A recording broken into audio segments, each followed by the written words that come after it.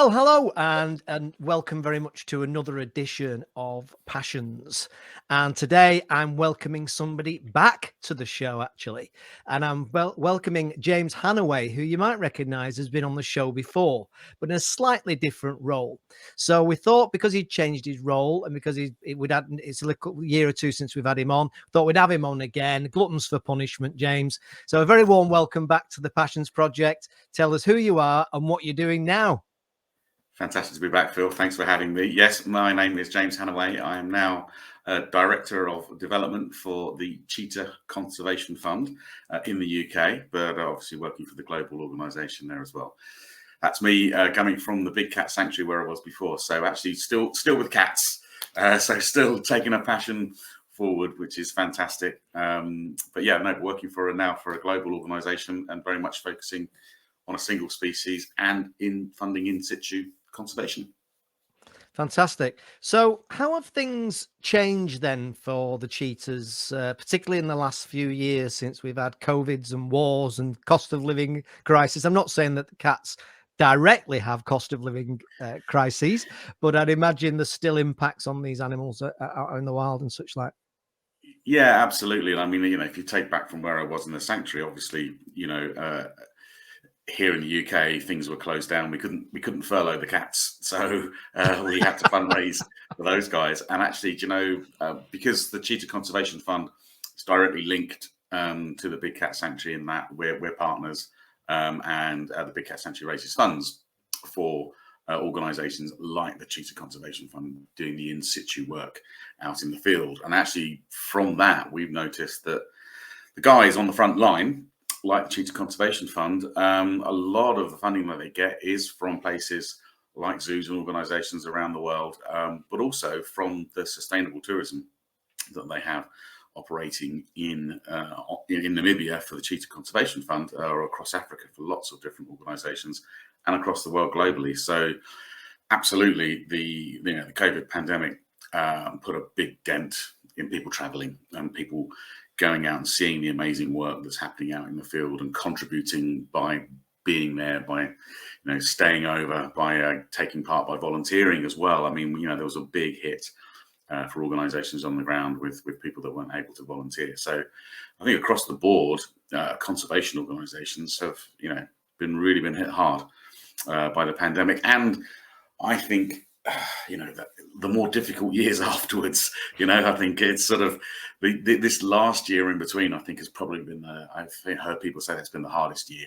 Sort of it stopped, opened up, COVID's gone apparently, nothing else is happening, so everyone's not wearing masks anymore, and it all seems to be back to business as normal is what everyone's saying. But I think I was just saying, the other day to someone, that normal has definitely changed for people. Whether or not that's their working practices, whether or not they're, combining working from home, for example, and Zoom meetings, which are inevitable in this modern world, with the fact of trying to get back out and travel and see people and, get people to come to organisations like CCF out in Namibia. And then you've got the extension of that. I mean, Namibia is an amazing country that's got established a conservation centre for CCF and an established tourism centre. So, they've struggled, and that's a well-established, long-established organisation. The new part of CCF is in Somaliland, and that's where we've been battling against the illegal wildlife trade in cheetah cubs, since 2005, and building that up to now being very successful in sort of rescuing cubs along with the ministry in Somaliland. But obviously that pandemic just sort of, just stopped some of that activity actually physically being able to take place. And you have seen a growth of that in lots of illegal wildlife trade operations where people have taken advantage of the fact that perhaps, organisations aren't able to fund rangers and other people during that pandemic process. So it's allowed people back. And if they're losing their jobs through the COVID as well, then they look for alternative ways of making money, and a lot of that is turning to crime. So you did see an increase in poaching as well. So for the cheetah out there, particularly on the ground, you're seeing, there's about 300 cheetah cubs that are estimated to be taken out taken from mums and smuggled out through Somaliland out to the Arabian Peninsula. And when you're talking about a population that's estimated to be about 500 cheetahs left in the Horn of Africa, where a lot of those cubs are coming from, you only have to do the maths to see that there's a big problem there. But I mean, what's great, actually, the passion for me, having sort of been with the sanctuary and sort of had the cats that we had there, had Willow the cheetah that we've got there at the sanctuary, to be able to now be out and stopping that happening in the field. And actually, what's good to see is there's a real rate of success now in this year coming through. We've had 90 odd cheetah cubs the last year or so that have been taken out of that smuggling pathway and have been put into rescue centres, and have now actually in the last few weeks there's over half of those now that have been able to be taken away and put into larger spaces out in Somaliland, in what's soon to become, we hope, a conservation area through the ministry there in Somaliland. And that gives them their first taste, because you see these cubs are taken weeks old sometimes from their mothers, so it's their first taste really of having open spaces. So that's really amazing to see and to be part of, and to help work to fund as well. Yeah, it's fascinating stuff. And we had Jane Galton on the show last year as well, who I know is a trustee of CCF, I believe. And she was saying, one of the things that she was talking about, which I was quite shocked about, was the number of cheetah cubs that get exported, in inverted commas, out into certain parts of the Middle East for pets.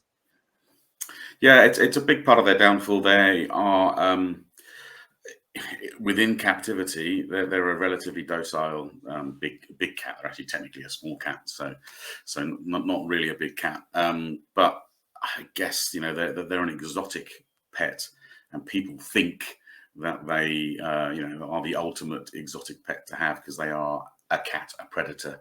But they're actually, in reality, are generally less docile than you would if you had a tiger or a lion in there. But they come with all their problems, and they are still a big cat, and they are still sort of obviously someone that you've got to care for. And they generally don't last long in captivity, and digestion and all sorts of other problems that these cats have when they're in captivity as well. So and unless you're really a registered zoo or a sanctuary, an organization that's able to give them the best veterinary care that you can afford, and everything else that goes with it, that's and that's only really to have a cat there for a reason if you've rescued it, or they're part of a controlled breeding program to be part of the safety net for the animal in the wild. So the general drive is the fact that they are considered to be the ultimate pet. But that's part of the solution that we're trying to find, is really trying to get it's seen really as something that's cool to have, right? So, and it isn't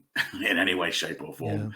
It's it's a ridiculous thing to have, and these animals aren't supposed to be kept as pets in any way, shape, or form. So, what we're trying hard to do is maybe to spread the word, the message that perhaps the next cool thing would be to stop that trade, and to maybe make sure that these cats are kept out in the wild. And sort of maybe we can get guys across Arabia to sort of be a voice, maybe the younger generation coming up, to sort of say, do you know what is cool? What is cool is to fund sanctuaries and conservation work in action to keep these guys in the wild. And hey, why don't we go to Namibia and go and see a cat where it's supposed to be, out in the wild and thriving and surviving. So that's the idea, that's the concept behind it all. Yeah, I mean, I don't want to put you on the spot, as it's not really putting you on the spot, but do you have a view as to, is it fair to say that some of these animals, and in particular obviously this conversation, the cheetahs, is there a possibility that they might have been extinct by now if it hadn't been for people like you and CCF putting all the work and the effort into helping save them?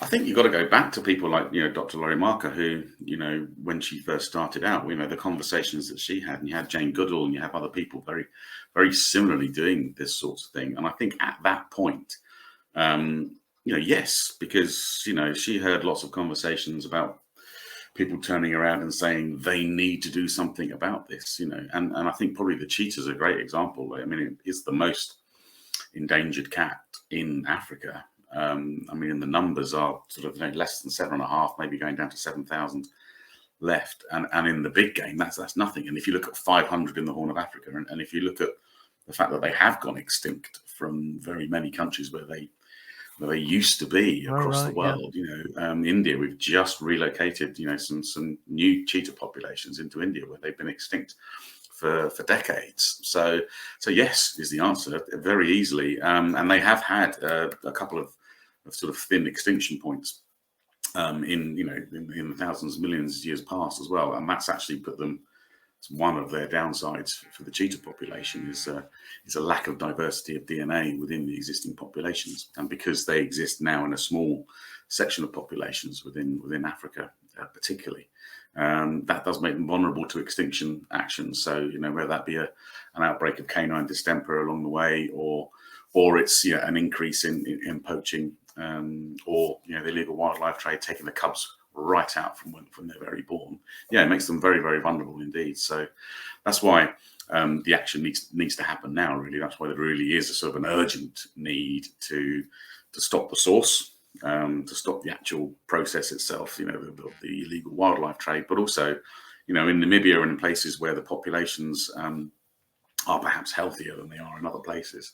It's really a case of developing ways of human beings living alongside not just the cheetahs, but the whole ecosystem, and all the animals that are in there. I mean, they are a keystone animal in that ecosystem, and that's why we work with farmers a lot. Future Farmers for Africa is a big thing for the Cheetah Conservation Fund, and that's giving farmers techniques about how they can protect their livestock, how we work with livestock guarding dogs, which is amazing, dogs and cats working together, and those amazing dogs will sit within the herds of the goats, and they're big old dogs, big old guarding dogs, and they will they'll protect, they become part of the herd, and they protect the herd. But it's a very natural way of doing things. And also, we're able to give the farmers sort of early warning systems, so camera trapping and other things that allow them to let CCF staff and other rangers on the ground know that there might be a cheetah coming close. And then they're able to, put a warning in, and one of our guys might be able to go out and sort of have diversion tactics to just, move the cheetahs away from livestock. So there's lots of mitigating circumstances, but also involved in that is, like with everything, it's alternative livelihoods. So, we're giving these guys alternatives rather than either poaching or taking the animal out or killing it. And also education to seeing that they can, that animal comes out of the ecosystem, it can degrade the entire ecosystem. So if you're a farmer, that means, the whole ecosystem is going to go, your grass is going to go, your livestock's going to go, the trees that you're planting and growing fruit from and selling, all of that ecosystem is going to fall apart if you get rid of these predators, these keystone animals within that ecosystem. So it's a really big important part of what we do. That must be quite a tricky balancing act, I guess, because it's easy for us all to point the fingers at the poachers and such like, but does it get to the point, James, whereby in some cases, and I guess it's mainly guys, I'm assuming it's mainly guys that do it, that's an assumption on my part, where they're just, shall we say, without oversimplifying it, trying to feed their families, and they're really, really up against it, and therefore they'll do this thing that maybe they wouldn't do if they had alternative means of finance and relative wealth. Is that kind of what, when you talk about that, is that part what you guys need to be doing, is looking at, as you said a minute ago, providing them with alternatives so they're not forced into doing what maybe a lot of us would do in their shoes? Yeah, I mean, I think, it's amazing. You'll find there's a big growth and a big collection of female farmers and male farmers out there working alongside cattle herders. And I think in general, you'll probably find that there's a mix. That there is definitely human wildlife animal conflict is probably the biggest threat, and there is a mix. The majority of that, I think, is when you'll find you've got a livestock herder who has a certain amount of head of cattle. It might be quite small. It might be sort of, a dozen head. It might be 20, 30 head of cattle in there. I mean, and then if they've got a predator like a cheetah coming onto parts of their land where they've got small calves and they've got goats and other things going on, they become vulnerable. So their first instinct is to, try and kill that animal. And normally, as with lions, you'll get, poisoned meat laid out. That's the quickest, easiest way to do it. You don't have to get involved. You don't have to actually hunt the animal. You can just sort of lay out the poison, and then that gets into the ecosystem, and that gets into vultures and everything else. So it's really damaging to the entire ecosystem. So, but that is done from a point of view of protecting families and protecting livestock and protecting livelihood. So, I think part of the education is to give people an informed way of protecting their families and livestock without actually having to kill that animal. So that's better bomas for protection, to corral your livestock at night, so that if there is an animal running around, they're not likely to get eaten. It's more being more aware of where the animal is and how to mitigate them coming into where you are.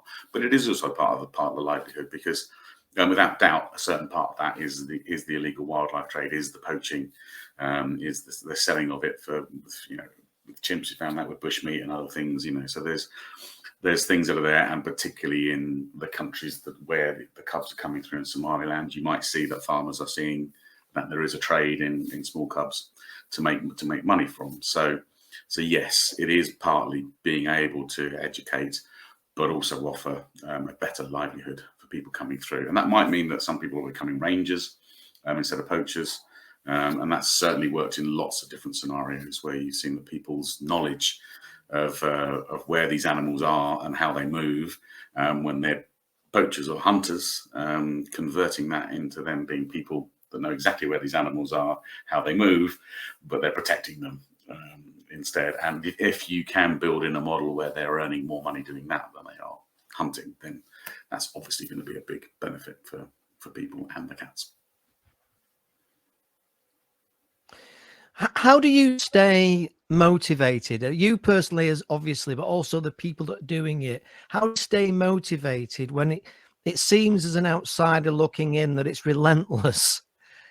Do you think there's going to be a kind of an end game on this? It is a long game. You can't get away from the fact that it's it's not going to end soon, and human nature is very difficult to overcome. But I think there's so many positives from the work that's happened. For example, since 2005, the fact that we've had those cheetahs that have been rescued, and the fact that we've seen them go back now into open space, and the fact that the law is changing. We've been part of that, changing the law. So there's so many things to grab onto, so many things that have changed, and particularly when you start to see, sort of ministries seeing the positive side of it, and knowing that, bringing people in for tourist trade, and the fact that they can see cheetahs, there are still cheetahs out in the wild to go and see. That's a big thing for a lot of African countries, for a lot of places. Costa Rica, given up its entire army, and focused money onto flora and fauna, because they absolutely understood and realized that their main income is going to come from tourists coming to see the amazing birds and animals and plants that are indigenous to that country. So and I think there has to be that change there, and I think you've got a generation coming up that understands that more. So that's got to be a positive thing. But I think what drives you is that every day is the passion is underneath it, is the passion to change it, and it's also the fact that I think that people can listen, and they will change. I think something like the pandemic is really hard. It's really hard for people on the ground and people that are doing funding for things, because we had a plastic revolution. So we had David Attenborough talking about single-use plastics, and Blue Planet, and how that changed. Some might be cynical and say, did people jump on a marketing bandwagon for it? And I think there's probably a lot of that as well. But I think it did have a shifting pattern into how people saw single-use plastic and how that changed. And then in an instant, we're sticking single-use plastic things up our noses every single day to test for COVID, and wearing masks made out of single-use plastic and throwing them away, and you're just. Something like that, where you've got a pandemic that just completely changes people's priorities, and you'll see. And I think that's a difficult knockback for people to take. But on the plus side, you did see the fact that, you know, when we weren't flying everywhere and we weren't, you know, going out every day and we weren't chucking a whole lot of pollution up into the air, you know, the canals in Venice went clear and the dolphins came back and the animals in Scotland started wandering down into villages, you know, and sort of, and you could see that nature overcame it very, very quickly. So I think, yeah, I mean, I think most people that work in the field like that know that nature will overcome everything as well. And so just a little bit of a push from us. There's so many positives that have happened in recent years that you got to carry on, just sort of picking away at the sort of the people that there will always be people that believe completely differently. So, you know, if you're fighting against your Trumps, you know, or your presidents of Brazil, you know, then, you know, those guys are always going to think completely differently. But and that also, I think, is another driver. I think that's a driver, is that there are, you know, that there are people out there that think that way. Issues. So you've got to keep on fighting the cause and getting people to think the other way. Yeah. And as the cost of living crisis, does that impact people's ability to afford to go to these places? I mean, is there I suppose what I'm asking is, do people who tend to be into the supporting this kind of thing, they have a reasonable amount of disposable income where a cost of living increase doesn't necessarily heavily impact them, so they can still travel? Or does it have an impact where people will think twice about whether they should go to a certain place because it's more than it would have been? I think it's definitely affected people's travelling habits and working habits. I think it's probably that classic sort of 40-50 divide that's divided everything between everybody. There's a certain amount of people that really like the fact that the pandemic meant that they could stay at home and not go out and see people and stick to those close circle of friends that they really like and have the same opinions as they do. So I think that has definitely changed and made it easier for people to go, oh, you know, do you know what? No, I don't want to do that. And I think we'll see that and are seeing that with things like fundraising events and you know, sort of hybrid versions of those. I think, you know, people, the urge to go out to another charity dinner and dance in a big hotel in London is probably, you know, there's a good excuse not to now, for sure. I think the capacity to give is perhaps not changed. The swings and roundabouts of the people that would give to these sorts of conservation organisations, because people haven't gone on big safaris and other holidays. They've had a bit of disposable income from not having that major holiday about. So there's a bit of disposable income to donate. And we definitely saw that within the pandemic itself. And I think what's changed, and I think a lot of the surveys have said this, is that people are generally, if they've got the capacity to give, are giving slightly larger amounts, but there's slightly fewer of them. And they're also generally tending to be a bit more reactive as well. So, and I think that's come from the crisis. So, you know, whether or not that's Turkey in recent times, whether or not that's Ukraine, whether or not it is the pandemic, and, you know, and the pattern of, you know, having sort of standout appeals where people have given money to something that's then very urgent. NHS has done very well out of that. Captain Tom, you know, is a great example of that. Someone doing something that's hit a zeitgeist and everybody just goes, great, I'm gonna give to that because look at that, that's an amazing thing that's happening there. Or it's a desperate need. It's, you know, it's a war in Ukraine. It is earthquakes. It's whatever it might be, and that has definitely changed.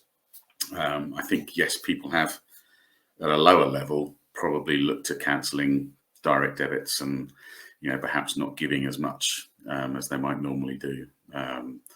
But I think, yeah, mid to high level people, that's definitely within our strategy and with most people's strategy now, is to sort of look to connect more with people.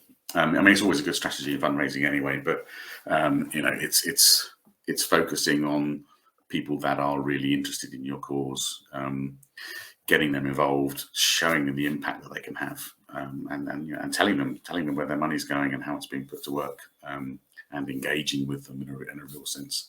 So it does give us an advantage now with Namibia back open and people coming out. I think that people are now accepting travel a bit more, so they're going out. I think there's still a certain amount of people that really don't want to, or see the fact that they don't have to travel anymore. But I think the people that are interested are definitely opened up the doors, and those guys are definitely getting busier. So we can capitalize on that, and we can show people where we're going. One of the things that we're doing now is going out to Namibia in October, actually, with a fundraising trip. So we're hoping to get sort of 10 people out, some existing supporters and some new people, we hope, out there to see it out on the ground. And for me, that's also fantastic, because I think one of the things that I had last year, we managed to do that with the sanctuary. We went to Kenya and see old Cheetah Conservancy, and that was actually the first time I saw a cheetah in the wild myself, and that was a bit of a teardrop moment for me. So maybe that's one of the reasons I've now latched onto a single species, because it was an amazing thing to see. And now when you can take people out, and the power of seeing a cheetah, not only one that's been rescued and rehabilitated in the centre, but also when you're out there and you're on a truck and there's a cheetah sort of just across from you, it is an amazing experience. And I do think people take that back with them, and it engages them and gives them the passion to raise and do more. Yeah, absolutely. I suppose it's the absolute classic perfect engagement strategy, isn't it? Getting them engaged in it, really. So how do people find out more then, James? What's the website, and how do people find out about, if they want to go to Namibia, how do they find out more about it all? Yeah, go to cheetah.org and then /UK, and then you can see our campaign is on there. At the moment, we are focusing on the illegal wildlife trade, and you can find out about the work that we're doing there. Actually, just last week, we're looking at one new carb lily that's just been taken out of the wild. So that's added to our total of 92 that's come out there now. So you can see how you can support and get involved in that campaign that's running at the moment. But if you wanted to come on that trip and come to Namibia, then it's me they need to contact. So James H@cheetah.org.uk. Drop me a line. I'll tell you everything about the trip in October, and if they want to come along, they can. Great. Well, when I put the interview live, if you look underneath the video on YouTube on the channel, you'll actually see those links, so you can click on them or use them. James, thank you very much indeed, sir. You are the 85th, I think, now Passions interview. What started off with a let's see if we can get to 10, and then 20, and now we're on 85th. So you can imagine now we're heading steaming going for the 100. We've got to go for the century. We've got to go for the century. And of course, and as well, we've been talking about maybe possibly doing something online, some kind of webinar or some kind of joint venture where we can get a few people together and have a chat about all the different challenges that conservation creates and the opportunities it creates as well, I guess. So thanks very much for joining me. No, great to have. Thanks for having me on, Phil. Good to see you again. You're very welcome. And then hopefully maybe in a few years' time, you'll come back on and you'll be talking about your new role, helping support gorillas, antelopes. It could be antelopes. They'll probably stay with the cats, I imagine. But let's so see. I think you'll stick with the cats. Never say never. Yeah. And let's be honest, one thing that's massively in your favor is they're very cute. Do you know, I mean, this is the thing. We talk about this with social media the whole time, and one of the most popular things is cats on YouTube and cats on Instagram. So doing silly things, but hey, we always use a bit of that. Nice pictures of cats, and then get people along and support those cheetahs. Yeah, absolutely. I think if it was Spider Conservation Fund, you might have conservation. Yes, it's important. Insects are definitely important. So maybe we'll get an insect charity. Not quite as cute on social media, but they're not quite as cute and cuddly as cats, for sure. Fabulous. Okay, James, thanks for joining me again. A pleasure as always. Quite a few takeaways there for me again, as there is every time I talk to you. So thank you very much indeed. If I don't speak to you before, I'm sure I will. But if I don't speak to you before, I hope obviously the fundraising goes well and you get more people backing this wonderful cause. That's great. Thanks so much for your time, Phil. Thanks, James. Bye-bye.